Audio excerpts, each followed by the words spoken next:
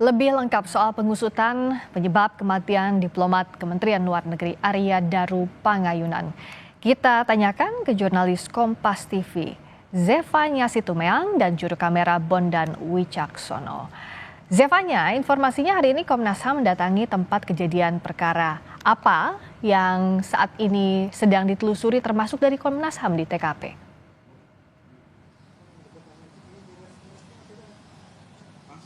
Ya, Friska, betul. Tadi sekitar pukul 4 sore Komnas HAM ini meninjau langsung lokasi TKP ditemukannya diplomat muda Arya Daru Pangayunan. Tadi memang kedatangan dari Komnas HAM ini turut didampingi oleh polisi dan juga penjaga kos, di mana maksud dan tujuan kedatangannya ini Komnas HAM mau melihat bagaimana letak CCTV di area indekos milik diplomat muda ini dan juga seperti apa bentuk ruang kamar kos dari Arya Daru ini, dan juga tadi sempat banyak berbincang dari Komnas HAM dengan penjaga kos di tempat ini. Meskipun tadi kalau dari Komisioner Pemantauan dan Penyelidikan Komnas HAM, Saulin P. Siagian ini menyebut belum bisa menyampaikan adanya temuan apapun setelah dia meninjau kondisi kamar kos dari diplomat muda ini, tapi yang jelas di sini Komnas HAM sangat menantikan hasil penyelidikan dari polisi.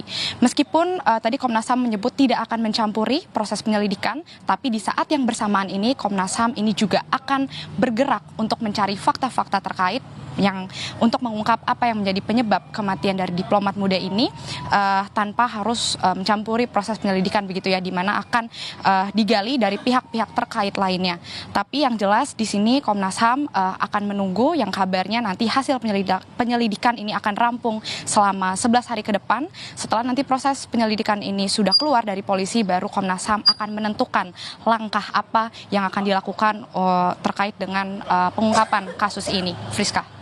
Termasuk yang juga jadi pertanyaan, bagaimana upaya Kementerian Luar Negeri dan kerjasamanya dengan polisi dalam proses penyelidikan yang masih berlangsung hingga saat ini?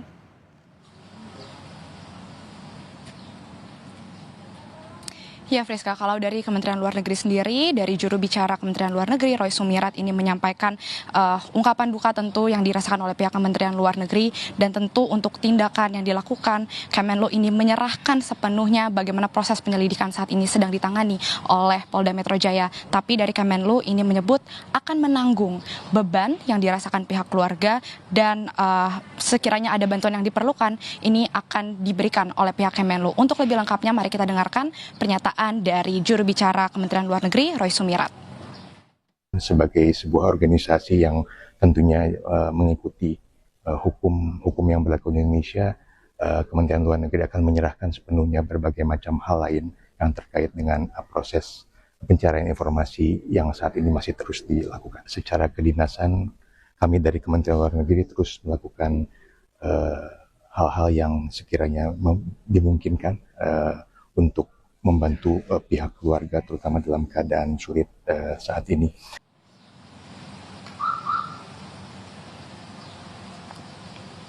Ya, seperti yang disampaikan tadi, Friska, Kemenlu ini akan menyerahkan sepenuhnya proses penyelidikan kepada pihak berwenang, tapi mereka siap untuk menanggung beban yang sekiranya diperlukan oleh pihak keluarga tentunya. Dan kita akan menantikan bagaimana nanti hasil proses penyelidikan dari polisi, karena saat ini pemeriksaan CCTV, kemudian pernyataan dari saksi-saksi terkait dan juga sejumlah alat bukti seperti alat komunikasi digital ini sedang dalam proses pemeriksaan dari pihak polisi. Kemudian tadi pagi olah TKP juga sudah dilakukan untuk mengecek kembali bagaimana kondisi kos dari diplomat muda ini. Kita nantikan yang kabarnya minggu depan ini diharapkan bisa rampung dan bisa dikabarkan kepada publik. Friska. Zevanya, tolong gambarkan apa yang berbeda olah TKP hari ini dengan sebelumnya. Data-data baru apa yang coba didalami oleh polisi?